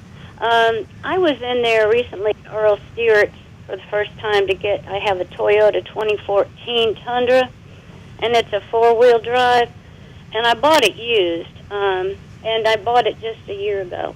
I had brought it in, and they did a good job on rotating the tires and stuff, but they told me I had a swelling in my lug nuts, and they said it would not, I would have to get them done either there for 200 and something smackers, or I would just have to go and, get a different type of wrench to get them off, because if I had flat, they wouldn't be able to get them off. Can you tell me what's a good idea to do for these lug nuts without having to pay 200? And then also, where do I get a off-market turn-by-turn navigation? Because the 2014s, I guess, didn't have it on there.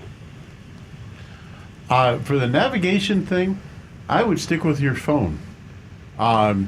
Just go right with the Apple Maps on your phone or Google Maps, and you'll actually find a lot better service right there. You can even get units that it'll let you plug into the radio so the announcements will come through your speakers to make it easier to hear them. But I would go through that. For the lug nuts, now that's Toyota, and Honda also has this issue, and I think Ford. They're taking the lug nut and they're putting a pretty chrome cover over the lug nut so they look nice and pretty. The problem is, after they've been used for several years and been removed and reinstalled for doing tire rotations, that chrome cover on there starts to loosen up and it swells, and the lug wrench that is supposed to fit on them doesn't fit anymore. Now, you've actually got several recourses. Factory lug nuts, yeah, they're expensive. They're $5 to $7 each. And on a 4Runner, you've got 6 lug nuts per wheel. So you can see where that money adds up pretty quickly. what you can do is look online for lug nuts at a lower price and just simply get a replacement set of lug nuts. And the next time you go in, if they're doing a tire rotation, there should be no extra labor charge. Just say, hey, throw away those old lug nuts and put these new ones on, please. Okay, that's a great idea. Yeah, go to Amazon. That's a great idea. Yeah. Also, could I ask one real quick more question? It's the same thing about the turn-by-turn. I don't use fancy phones. I can't stand them. They're too stressful for me. So anyway, I was just wondering, for somebody that doesn't have a regular fancy flip phone with any navigation. I would then go with a Garmin. Garmin or TomTom, but Garmin is one of the best navigation systems that I've ever seen. Yeah. And if you look on Amazon or on eBay, you might even be able to find a lightly used one that is still in excellent condition. You know, Virginia, whenever I bought my Garmin, I just found so much comfort and convenience. It is really a people-friendly. I can't talk enough about the Garmin. Rick and Nancy speak the truth. Consumer Reports recommends the Garmin Nuvicam. It's the highest recommended one in the current edition of Consumer Reports. It's got an 81 score, and it's $300. It's well worth it, trust me.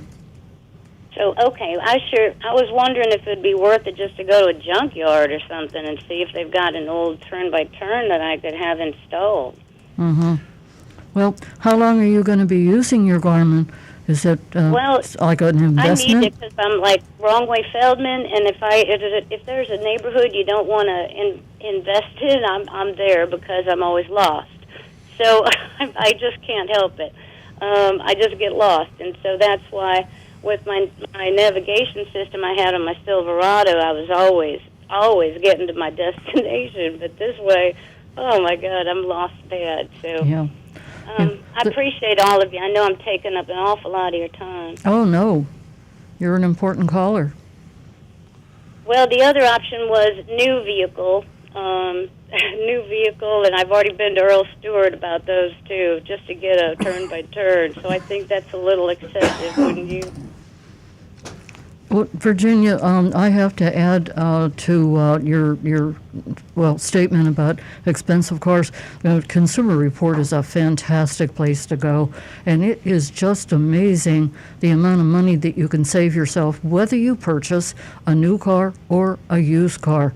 Consumer Report, and just lately, I'm going to say not only January, December, I think, and November, they talk about the cost of cars in which you can afford cars that are like $15,000 and under, so on and so forth. So, take a look at that. That'll help you out tremendously.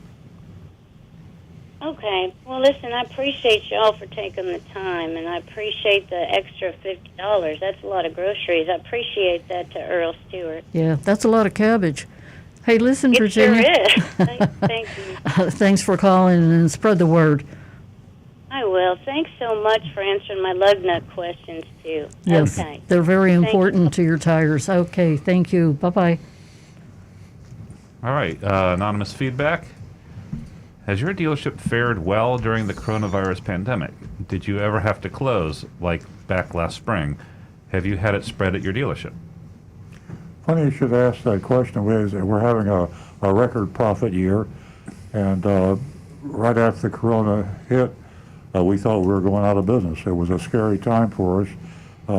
We lost a lot of money the first month, and we had cash flow analysis made to see how much longer we could survive, and we were really getting ready to tighten down the hatches. We made a decision not to lay anybody off and maintain everybody's employment. And we were prepared for a rocky ride, and suddenly this strange thing happened. People started buying cars. Everybody was surprised, and we went from going out of business to having a record year in profits. That was weird. It was weird. Good weird. Good weird. Oh, good word for us. Unexpected. Yeah. All right, let's do a lightning round because I know we're getting up to the mystery shopping report time. Earl, this is a more anonymous feedback. When you see car dealers advertise customer testimonials, are those really customers or are they actors? Both. If you look at the fine print, I saw one last night where they actually use the word actor, but typically they're actual customers. And the problem with customer testimonials is everybody wants to be famous, right? Everybody wants to be on TV. So you could probably go up to a customer that really wasn't all that excited about your dealership and say, how'd you like to be on TV? Will you do a testimonial for us? Yeah. You're probably going to say, sure. What do you want me to say? You're not going to say anything negative. And if you did, you think it's going to make the final cut? So testimonials, we've used testimonials, and I always wonder when I see my customer doing a testimonial for me is, what is that? Is that testimony going to tell me the truth? I don't know. I hope he is. And can you picture the outtakes? I hate buying cars from dealer B. He rips me off every time I go in there. My rule of thumb, I've said it before, I'll say it again: ignore all car dealer advertising. Right. This is a lightning round. And that applies to most other advertising too. Yeah. You know what's frightening? The doctors that are actors.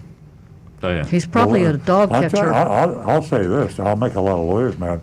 The lawyer advertising today is absolutely revolting. And where is the Florida Ethics Board on lawyers? The Bar Association. Why do you allow these lawyers to do what they're doing out there? You're making car dealers look good. Maybe I should be glad you're out there. You're making car dealers look good. Yeah. That's how bad you are. That's right. More anonymous feedback. Here's a good one. Regarding the Costco program, you say Costco makes their affiliated dealers sell to you at the lowest price they'll sell the car to anybody. How can I verify that the price I get really is lower than anybody else who bought the same car? Well, you have to rely on Costco's word. Costco, in my opinion, is right up there with the most honorable, honest, ethical stores I know. And they do check the prices regularly, and they come into the dealership and audit the prices, and they audit the transactions. So Costco does know if that car dealer is honoring their contract, and if they don't, then they cancel the dealer. So we know Costco very well, and they're true to their word. Okay. Happy New Year's, everyone. This is anonymous feedback. With the extra pressure from turbos and direct fuel injectors, are the four-cylinder engine blocks reinforced, or are they prone to failure from new technology? Rick? Haven't seen any failures yet, although we do not have turbos on the Toyotas yet. Super got one. Those will be coming, but I think the engineers are pretty good about making sure those blocks are going to hold up. Okay. Here's an interesting question. Is it possible to add sound lamination to all the unlaminated windows to decrease outside noise? I'm not sure I understand the question. I didn't know there was such a thing as sound lamination. I didn't know it. That's the reason it confused Sounds like me. Colonel Google. Let's get Colonel Google on the phone. Well, I know there is for body panels. You can get noise limiter that they'll put inside the body panels on the floor of the car. Probably. Yeah. But I've never heard of it for the glass. I have Nancy and I have hurricane glass in our doors and windows on our home, and Can't it's hear anything. amazingly good soundproofing. Mine will be installed on January 23rd. I cannot wait for the quiet. But car lamination for sound, I don't know. We'll have to Google that. Here's anonymous feedback from my son, Jake. I don't know if it really is, but it's from Jake, who identified. My son is actually going back up to college today. Happy New Year's, folks. What happened to the driver's door armrest on the new Highlander? It seems to be sculpted out of the door panel and way too low and far to lean on. Why is design taking over function? Jake, maybe you're just Great too question. big. Maybe You might be Jake's too tall. big. Yeah. All right. This is a really good topical question. Are there new Toyotas coming from the factory with the faulty fuel pumps, or has it been solved already? And I don't know. We know that we're having a parts difficulty getting the parts. Well, I don't know if they're producing them with the fix. You like to think that it's been solved. They just haven't caught up with the production. I would hate to think it was something like Takata airbag, where they're putting in a defective Takata airbag with another Only to defective recall them Takata down the airbag. road. Yeah. But I think they have fixed the problem, and you haven't heard anything different, have you, Rick? Toyota's kind of holding off on getting the campaign out for the last few rounds of vehicles. Because of production. But right? yeah, it's just they're trying to make sure that they've got enough pumps in stock, so that when they make the announcement, okay, your cars are now ready to come in and get these pumps replaced, they can have them in our hands, ready to go. Yeah. But no, we've had no real problems getting hold of them. Now the question was, have they solved the problem At the factory? Yeah, Yes. At the factory, they Yes. fixed it. They redesigned the fuel pump, so they fixed it. They just haven't made them fast enough. Right. Now, the last anonymous feedback will make you feel a whole lot better, Earl. Earl, I'm a 30-year law enforcement veteran. Regarding your donut comment, I also absolutely love donuts, but I am partial to Krispy Kreme. Stereotypes be damned. There you go. Very There's good. only one thing I love more than a cop, and that's a cop with a sense of humor. So that is, I love the cops, and I think Which do you love more? I wouldn't be a cop on a bet because I haven't got the courage to I'm do with what this you guy. guys do. I think. I'm with this guy. Krispy Kreme, way better than Dunkin' Donuts. Oh, absolutely. The yeah. best, the best, the All right, best. we're all caught up and Okay, ready folks, to go. I think that we are ready for our mystery shopping report, and this is our mystery shopping report from Graco Ford. Take it away. Okay, conventional wisdom says family-owned car dealerships are a thing of the past, having been steadily taken over by large public and privately owned corporations. There's some truth to this, but dynastic family-owned dealerships still exist and continue to impact the car buying and service business in unexpected ways. On one hand, family-owned dealerships are sometimes viewed as trusted members of the community. They always play that angle up when they're advertising. A safer haven for consumers than corporate behemoths like Penske and Asbury. On the other hand, family-owned car dealerships can also represent some of the oldest and least savory of old-school car biz tactics. Of all the family-owned dealerships, two names repeatedly come in our weekly mystery shops: Mapleton and Graco. These family-owned, they each own about 10 dealerships in Florida, and they have a bunch more elsewhere. Both groups are transplants from out of state. The Graco, New Jersey, and Mapleton's come from Illinois. In fact, Mapleton goes back to the thing I remember this about Mapleton. His father started business in 1934, I believe. Just before my grandpa did. Yeah, before Stu's grandfather, my father. So that's a long time. They've been around a long time. Neither dealer group performed well in our mystery shopping reports. The larger group, Mapleton, is better known and has struggled with their reputation in some very public legal issues. Due to our liberal grading policy on this show, 2 Mapleton locations enjoy spots on our recommended dealer list. And I said to Nancy in the car as we drove over, I said, I would have said necessary grading policy. We don't like... I'm against it. Yeah, we don't... I've turned against our grading policy. We don't like to have to pass dealerships that do things badly. But we have to, because you have to have a place to buy a car. And literally, we would have no recommended dealers if we adhered to the letter of the law. So we have to grade the way we do. We did talk about changing it to maybe just posting the grade and not saying recommended or not. So we could rank them by A to F. I think we have to be a little more open-minded. We should do that. I give you that assignment to do that. If you would please do that, I'd appreciate it. A lesser-known group, Graco, is it Graco or Greco? I can never remember. I think they say Greco. Graco is the subject of our investigation this week. The Graco Automotive Group, not as big as Napleton's, but their impact on South Florida consumers is just as substantial. Like Napleton, 2 of the Graco's dealerships are on our recommended list. So we have 2 Napleton and 2 Graco. We chose Graco Ford and Delray Beach as this week's target. It's been nearly 3 years since Graco Ford failed our Takata test and wound up on the do not recommend list. This time around, Agent Lightning went in. That's our female shopper, for those who are new to the show. Went in to find out how the Gracos were behaving. The mission was simple: try to buy a new Ford, tell us all about it, and that's what she did. You know, go in laissez-faire. She's a very bright gal, and she has a, I won't say aggressive, but she's self-confident, and she's able to carry off that sort of a task and observe at the same time. We also dared to try, I'll explain this in a second, dared to try to get a salesman in the trunk of a car. We'll see how that went. That used to be an old trick in the car business back in the day where to show control, trainers would actually come in and have a real live customer put in the trunk of a car to demonstrate how you can control customers. It's a sad statement on the way cars were sold, and to some extent today are still sold. Okay, here's the report. I arrived at Greco Ford as if I were the female shopper. US 1 in Delray Beach. I found a beautiful brand new facility with a tiny parking lot.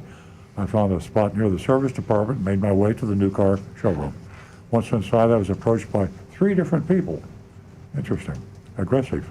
I continued, I guess, ignoring the salespeople as they approached me.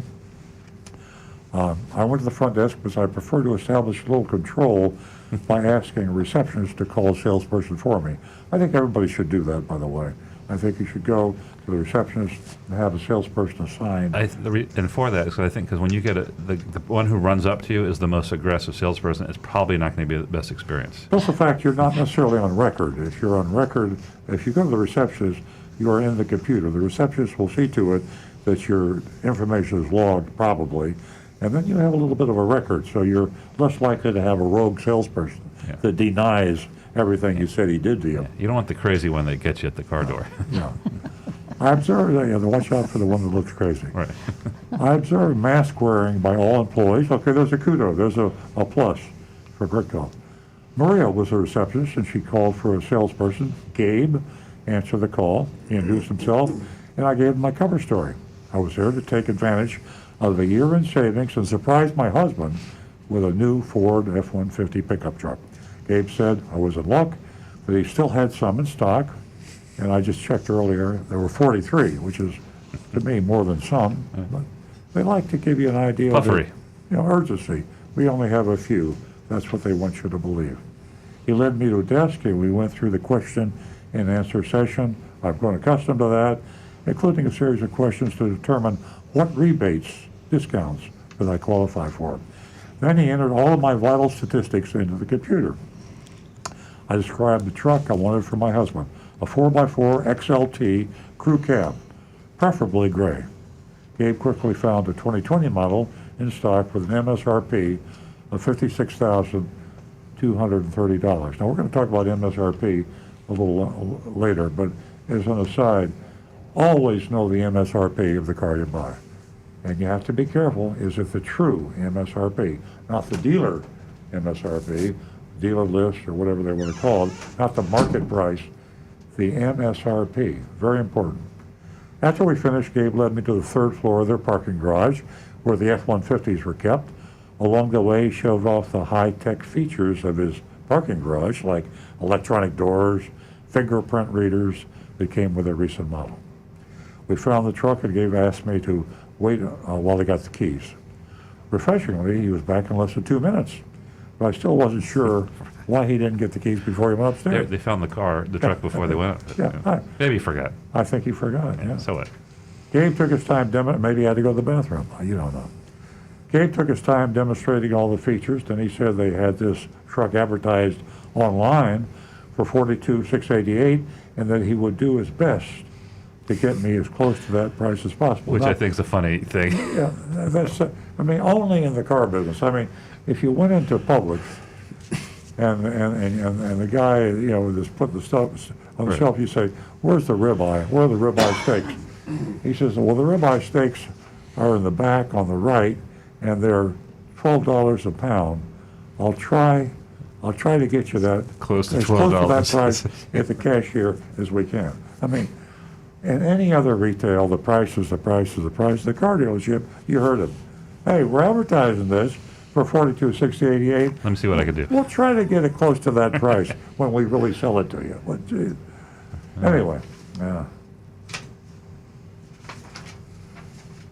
Although the MSRP was listed on, did I just do that? Yeah. Although the MSRP was listed online as $56,230, the MSRP on the Moroni label was $54,480. I could see there were manufacturing discount packages that lowered it from $56,230, but Greco lists a higher figure on the website. And this is really interesting. It is. Because manufacturers do that, but it's the bottom line is the MSRP. They'll show a higher one in the manufacturer of these packages. So they chose, I don't even know how their system allows them to do that. But I don't think the law probably addressed it. It should, but I mean, the MSRP should be sacrosanct. The It is. MSRP should be the true suggested retail by the manufacturer. And if the manufacturer is going to modify the suggested retail, it should become the MSRP. yeah, it is, I think, but Greco chose to use a higher line No, before I'm talking discount. about the Monroney label law. Yeah, it's on the Monroe label. How would the Monroney label on a car that's been in stock for 6 months reflect the fact? It wasn't. It came that way. It's a discount package. They use that to Yeah. inflate them on a lease. It's Okay, well, we're yeah. getting into a technical. Yeah. We'll do that. But the MSRP was 54,480, Yeah. and they tried to say it was higher. I declined a test drive, explaining that my husband was a Ford man, and the only truck he would drive is an F-150. He'd own 6 of them. It's probably true. We went back to the desk, and Gabe asked for my driver's license. Then he left, presumably to speak with the manager to get the figures together. This time he was gone for much longer, 15 minutes. I played on my phone and waited. You know, God bless the smartphone, right? You can kill time real quickly on your smartphone. Shame you have to. Very few retail places that would happen, but it happens a lot in the car business. 15, 20 minutes, half an hour, leave you alone. I don't know why. He returned with a worksheet, jumped into reviewing what he was asking me to pay. The top line was the inflated pre-manufactured discount package, MSRP. He called it market value selling price, $56,230. Then I was shown $8,050 in total savings, and this is all smoke and mirrors. To the adjusted price of $48,140, he added $249 for Zurich Shield, and a lot of people use Zurich Shield, and I'll tell you why people use Zurich Shield, because the dealer can buy this crap for pennies on the dollar and slap it on the car and charge you $249, and they probably pay $10 for it. So a lot of dealers are jumping on it. It sounds pretty good. I like the name too, Zurich.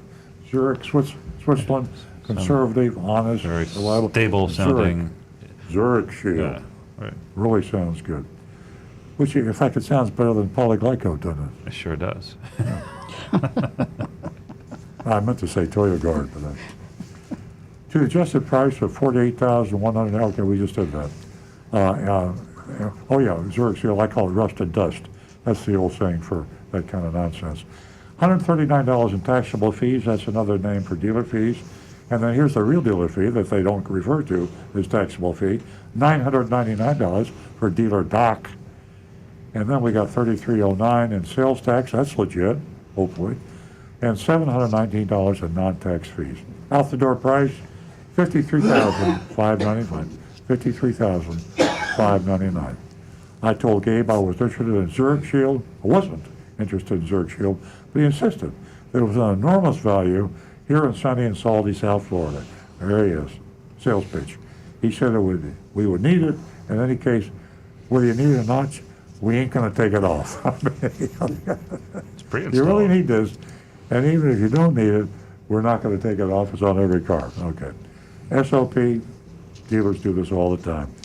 I asked about the non-tax fees of $718. Gabe said that was for the Department of Motor Vehicle, DMV. I asked about the dealer dock fee, and he explained it was standard, and all dealers had charged it. Same BS that you hear. Everybody does it. I don't know. I brought up the red hang tag that said crash front bumper. Did I mention that before? I think I skipped that. And when they were looking at the car in the third story parking lot, laying on the seat was a hanger. They take it down, and it said 2000 crash front bumper. And it was lying there that there was a, what was the discount, $1,000 or? It said, well, yeah, no, it's huge. It says they inflated the MSRP even more. It's $57,729. Oh, that's right. Yeah. And this is crash front bumper, Yeah. and it was save $11,000. Yeah. I explained the lower price by telling me if I had a trade, I'd be entitled to an additional $2,000 incentive. And of course, that's a big joke because all they do is lower the value of your trade on appraisal by $2,000. And they say, no, I'm going to give you $2,000 off the price of the car. Don't ever fall for that one. I asked why I couldn't get a lower get the lower online advertised price. And he said if I qualified for all the rebates, I would get that price.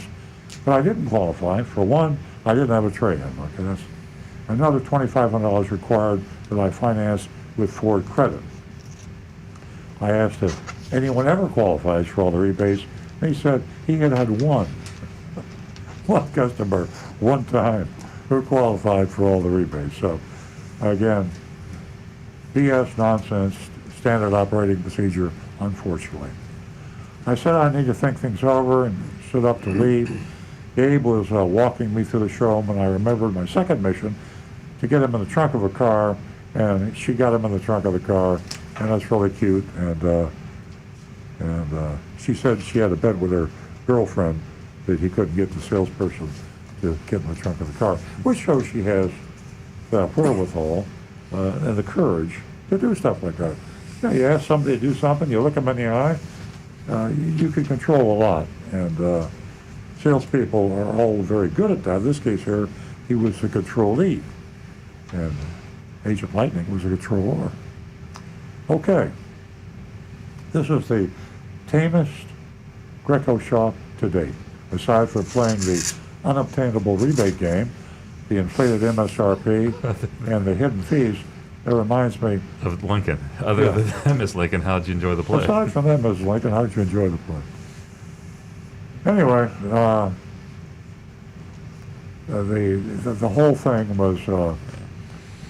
I tried to get a price from TrueCar, and I could not find the configuration. It was very clunky. I couldn't get to find out the price was any good. We ran a Carfax. There was no accident on the Carfax. And just for our listeners, new cars can have bad Carfax reports. In this case, it was fine. Now here's a red tag that fell down. That was in the back of the thing there. That's suspicious too. Why would they have it in there? And he says that was really the trade-in rebate, which is not a good cover story. It doesn't make sense. Anyway, that's it. I mean, we can vote, and you heard it all. You didn't hear a whole lot that was really new. Greco Ford, Delray Beach. Okay, so we had grades coming in. Jonathan in Wellington says he gave him an F, but he said that right when you started the report. He says as soon as he heard Greco, he gave him an F. Bob, who is one of our vigilantes, gives him an F. Mark gives him an F. I'm not going to. I know I'm being a little bit harsher. I'm giving him a D, and it's not because they did so many bad things, but they have so many bad things built into their process, like the inflated MSRP and Zurich and all that. So I'm going to be tougher this year. New Year's resolution. There you go.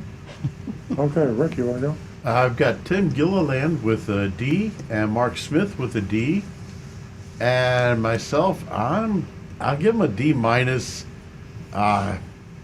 Maybe use them as one, get their bottom line price, and use that at some other dealership to get a better price. But I'd be scared of them. This is an easy one. I give him an F. Okay, Nancy. This is an easy one. I give him an F.